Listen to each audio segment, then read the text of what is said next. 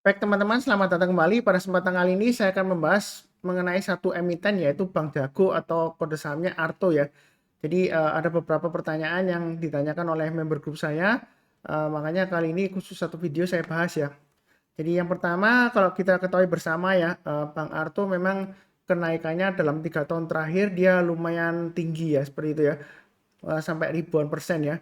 Nah kalau kita lihat dari harga tertingginya di 19.500 pada tanggal 20 Januari 2022 ya. Nah, sekarang kalau kita perhatikan dengan penutupan terakhir tanggal 20 Mei 2022 ya. Jadi kurang lebih 4 bulan itu penurunannya sudah kurang lebih turun 57% ya dari harganya tertingginya 19.500. Penutupan terakhir di harga 8.375 ya. Mungkin pertanyaan yang timbul apakah sudah murah Pak Sunar karena sudah terdiskon istilahnya ya, 57%. Nah, sebenarnya sih kalau kita bicara mengenai murah ya di harga saham ya, murah itu relatif ya. Dalam arti seperti apa? Kalau kita bandingkan dari harga tertingginya 19.500, kalau harga sekarang sudah 8.375, maka boleh dikatakan ya memang murah ya diskonnya. Karena sebelumnya harga tertingginya 57%, di atasnya ya. Sebelum turun 57% itu di harga 19.500 dan harga sekarang penutupan terakhir 20 Mei di 8.375. Maka ya boleh dikatakan murah. Tetapi kalau kita lihat secara fundamental misalnya ya, berdasarkan price to book value-nya sebenarnya untuk Bank Jago ini atau kode emiten ARTO ini masih cukup mahal ya. Nah, kadang-kadang mahal itu juga belum tentu jelek ya, seperti itu ya. Karena ada beberapa emiten memang dihargai mahal dan dia performance-nya sejauh ini masih cukup bagus ya seperti itu ya. Jadi mahal itu belum tentu harus kita hindari gitu ya. Jadi kali ini saya akan bahas sekilas mengenai fundamentalnya dan juga price action-nya dan kira-kira prospek kedepannya seperti apa ya mengenai bank digital Arto ini ya. Pertama-tama mungkin secara sekilas saya akan bahas mengenai laporan keuangannya dulu. Sebentar ya. Jadi saya ganti layar dulu. Eee,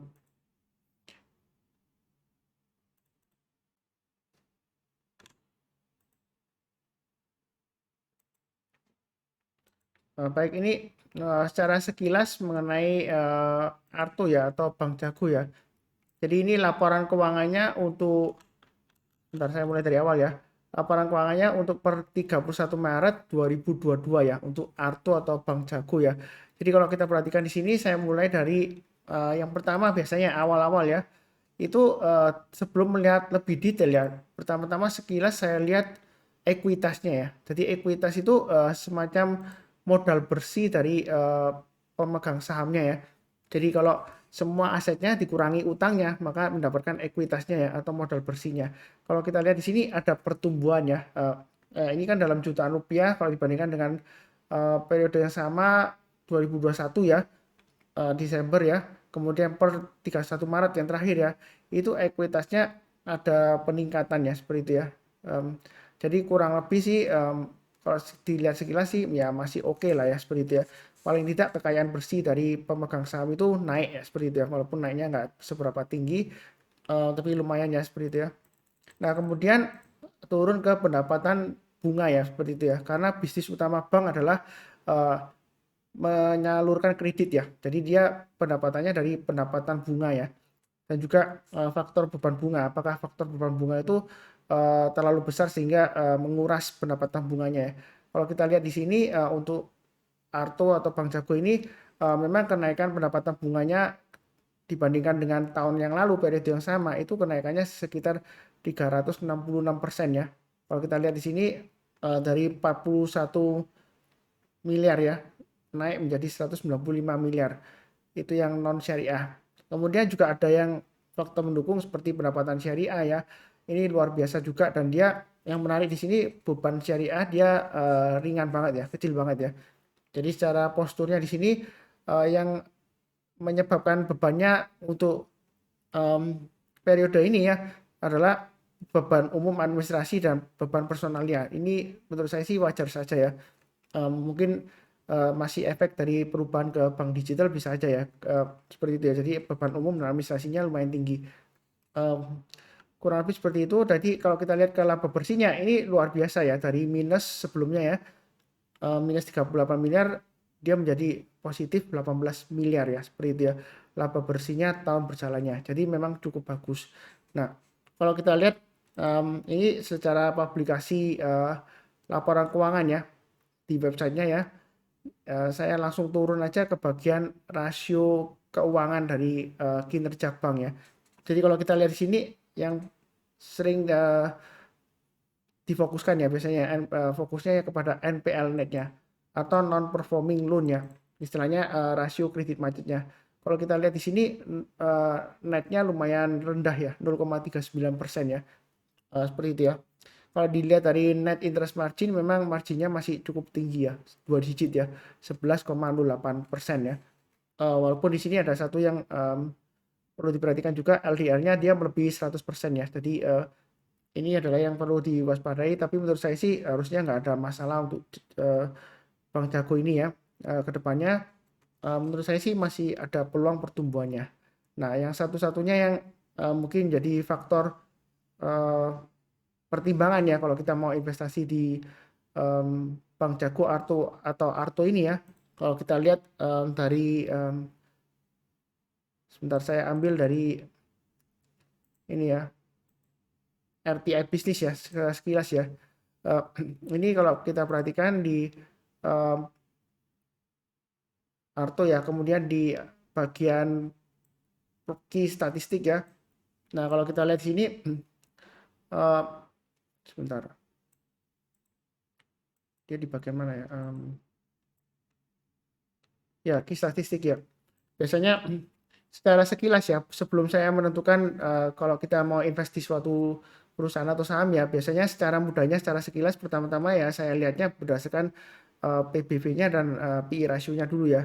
Nah, kalau kita perhatikan di sini PBV-nya untuk Arto dia lumayan tinggi ya, 14,04% ya. PI rasionya juga tinggi banget ya. Kalau kita bandingkan dengan BCA mestinya seperti itu ya. Ya memang nggak bisa dibandingkan sih Arto sama BBCA ya, beda jauh lah ya seperti itu. Tapi ini kita lihat ya untuk yang BCA yang bank yang bagus yang mahal ya, itu PBV-nya aja dia di sini sebentar ya. Ini 4,69 kali ya, seperti itu ya. PI rasionya aja 28 kali. Ya secara sekilas memang kalau kita lihat ya Arto sih mahal banget ya seperti itu ya. Ya ada yang bilang ya mungkin ya yang investor ada yang bilang kalau misalnya pro kepada Arto ya, ya mungkin bilang aja oh Pak Sunar kalau valuasi bank digital memang dihargai jauh lebih mahal daripada bank non digital gitu ya. Nah, menurut saya sih yang penting bukan digital atau non non bank digital ya seperti itu ya. Yang penting adalah secara valuasi kalau dia mahal ya masih mahal juga ya seperti itu ya. Walaupun kedepannya mungkin prospeknya bagus ya karena dia net interest marginnya lumayan tinggi ya, 2 digit ya. Dan juga laporan keuangannya juga nggak jelek banget, tapi kalau dibilang bagus banget ya nggak juga ya, seperti itu ya untuk Arto ya. Jadi itu kurang lebih secara fundamentalnya memang mahal ya, kesimpulannya seperti itu. Tapi kadang-kadang kalau mahal itu bukan berarti nggak bisa menguntungkan kalau kita invest di sana ya, belum tentu. Makanya kita lihat di fokusnya sekarang ke analisa teknikalnya ya. Biasanya sih kalau kita menggunakan RTI bisnis ya, kalau mau mengenai analisa teknikal, secara sekilas kita biasanya saya lihatnya dari price performance-nya ya. Kalau kita lihat ya, ini dalam 3 bulan terakhir dia minusnya lumayan dalam ya, 49,85%. Kalau kita lihat kenaikannya memang dalam 3 tahun naik tinggi ya. Ini transformasi sebelumnya ya, naiknya sudah 1.200%. Kemudian kalau kita lihat koreksinya sebenarnya sih dalam 3 bulan terakhir memang lumayan dalam ya, 49,85% ya. Tapi kalau saya lihat sih apakah sudah saatnya masuk atau buy, nanti kita bahas langsung mengenai price actionnya ya. Ini kurang lebih price performance-nya ini memang masih lesu performance-nya ya. Nah ini saya hilangkan dulu. Saya kembali ke chartnya atau grafiknya. Ini grafiknya Arto ya. Jadi sebenarnya Arto ini sudah pernah saya bahas sebelumnya ya. Ketika dia turun-turun dalam, saya sudah sebutkan ya bahwa salah sekitar area ini ya. Nah, di sana saya sebutkan kalau mau buy on weakness untuk R2 ya sebelumnya ya. Itu kalau dia koreksi di bawah 14.500 kemudian berhasil rebound barusan kita buy ya. Nah, kemudian di sini terulang lagi ya. Dia koreksi sempat nyentuh di bawah 14.500 kemudian berhasil rebound, di sana kesempatan kita untuk buy. Jadi sudah saya bahas juga ya kurang lebih di bulan Maret ya ketika dia rebound. Nah, kemudian dalam perjalanannya saya sudah ingatkan juga ya, kalau dia gagal bertahan di atasnya 14.500 untuk Arto ya, itu kecenderungan risikonya tinggi. Istilahnya kalau kita timbang antara risk dan rewardnya, itu risknya itu risikonya lebih tinggi ya daripada rewardnya. Kalau dia sudah di bawahnya 14.500 dan ternyata benar kan turunnya lumayan tajam ya seperti itu ya. Jadi kalau kita perhatikan di sini apakah sudah murah Pak Sunar? Kembali dari pertanyaan awal lagi ya sebelum kita mulai ya. Ya kalau kita lihatnya dari harga tertingginya 19.500 dibandingkan dengan penutupan 8.375, penutupan tanggal 20 Mei 2022 ya kan dalam 4 bulan dia turun 57%, memang murah ya, sudah murah, sudah diskon besar ya seperti itu ya.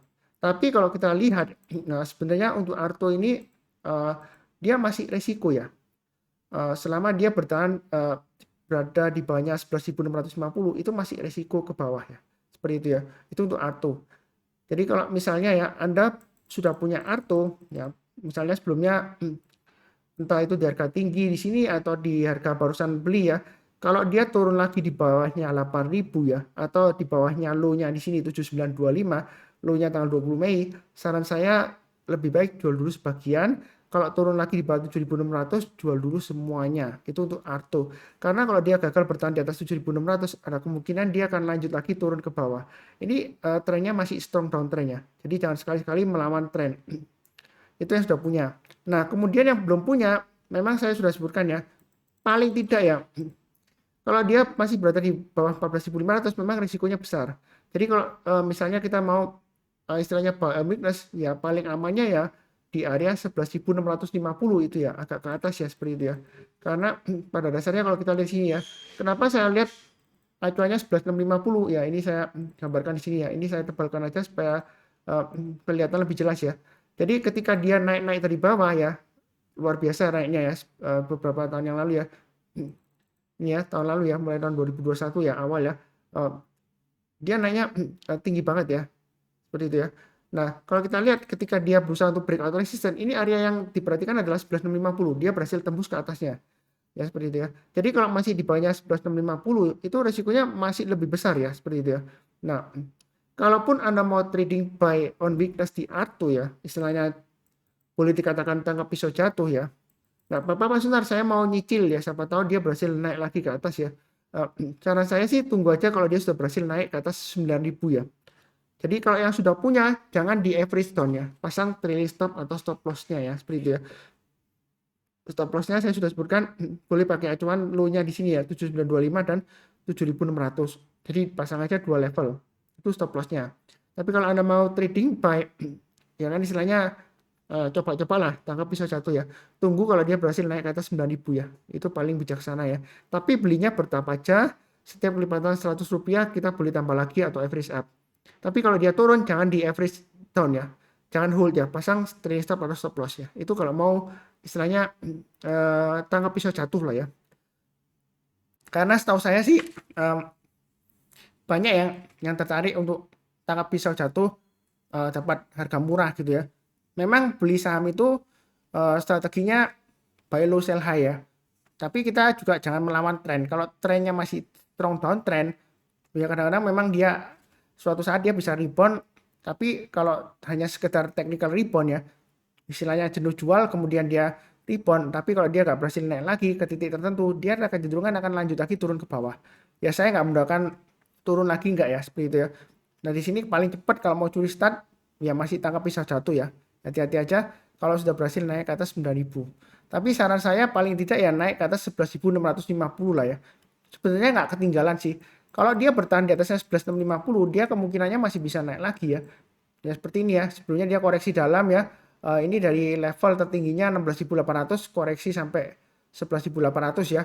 Jadi dia bertahan di atas 11.650 kan. Kalau sudah mulai rebound, boleh pakai acuan yang di atasnya sini ya, 12.650 ya. Ini sudah pernah saya gambarkan garis-garisnya, jadi saya nggak rubah lagi. Kalau dia sudah berhasil rebound naik ke atas, ya kan, kesempatan untuk buy-nya bertahap aja. Tapi kalau posisi seperti ini turunnya sudah eh, dalam banget ya. Jadi kalau masih di bawahnya 11.650 itu masih resikonya besar banget ya. Seperti itu ya. Jadi tunggu aja kalau paling cepat ya kalau mau tangkap pisau jatuh ya tunggu naik ke atas 9.000. Ya kurang lebih seperti itu. Jadi kalau saham-saham yang strong downtrend kalau kita mau tangkap pisau jatuh ya dalam tanda petik ya, itu kalau kita lihat pembeliannya kita jangan lihat ke bawah. Kita lihatnya ke atas. Kalau dia sudah berhasil breakout resisten terdekatnya ya. Yang mana saya gambarkan di sini resistennya 9.000. Kalau kita lihat 9.000 itu didapat dari mana? Kita mundur ke belakang ya. Nah, ini dapat dari sini ya. Jadi sudah saya jelaskan juga tadi ya. Jadi dia naik, kemudian dia koreksi, konsolidasi ya sini ya. Kemudian berhasil breakout lagi. Jadi selama dia bertahan di atas 9.000 dia masih ada harapan untuk breakout ke atas 11.650. Jadi kurang lebih seperti itu ya. Tapi kalau gagal jangan lupa pasang stop loss-nya ya, seperti itu ya. Karena kalau turun dia downtrend-nya masih cukup kuat ya. Jadi yang misalnya nyangkut dari atas bagaimana Pak Sunar? Wah, saya ini rugi banyak di Arto, ya kan? Ya pasang aja stop loss-nya di area 7925 ya, di sini low-nya ya. Kalau turun di bawahnya 7925, jual dulu 50%, turun lagi di bawah 7600, jual lagi ya, seperti itu ya.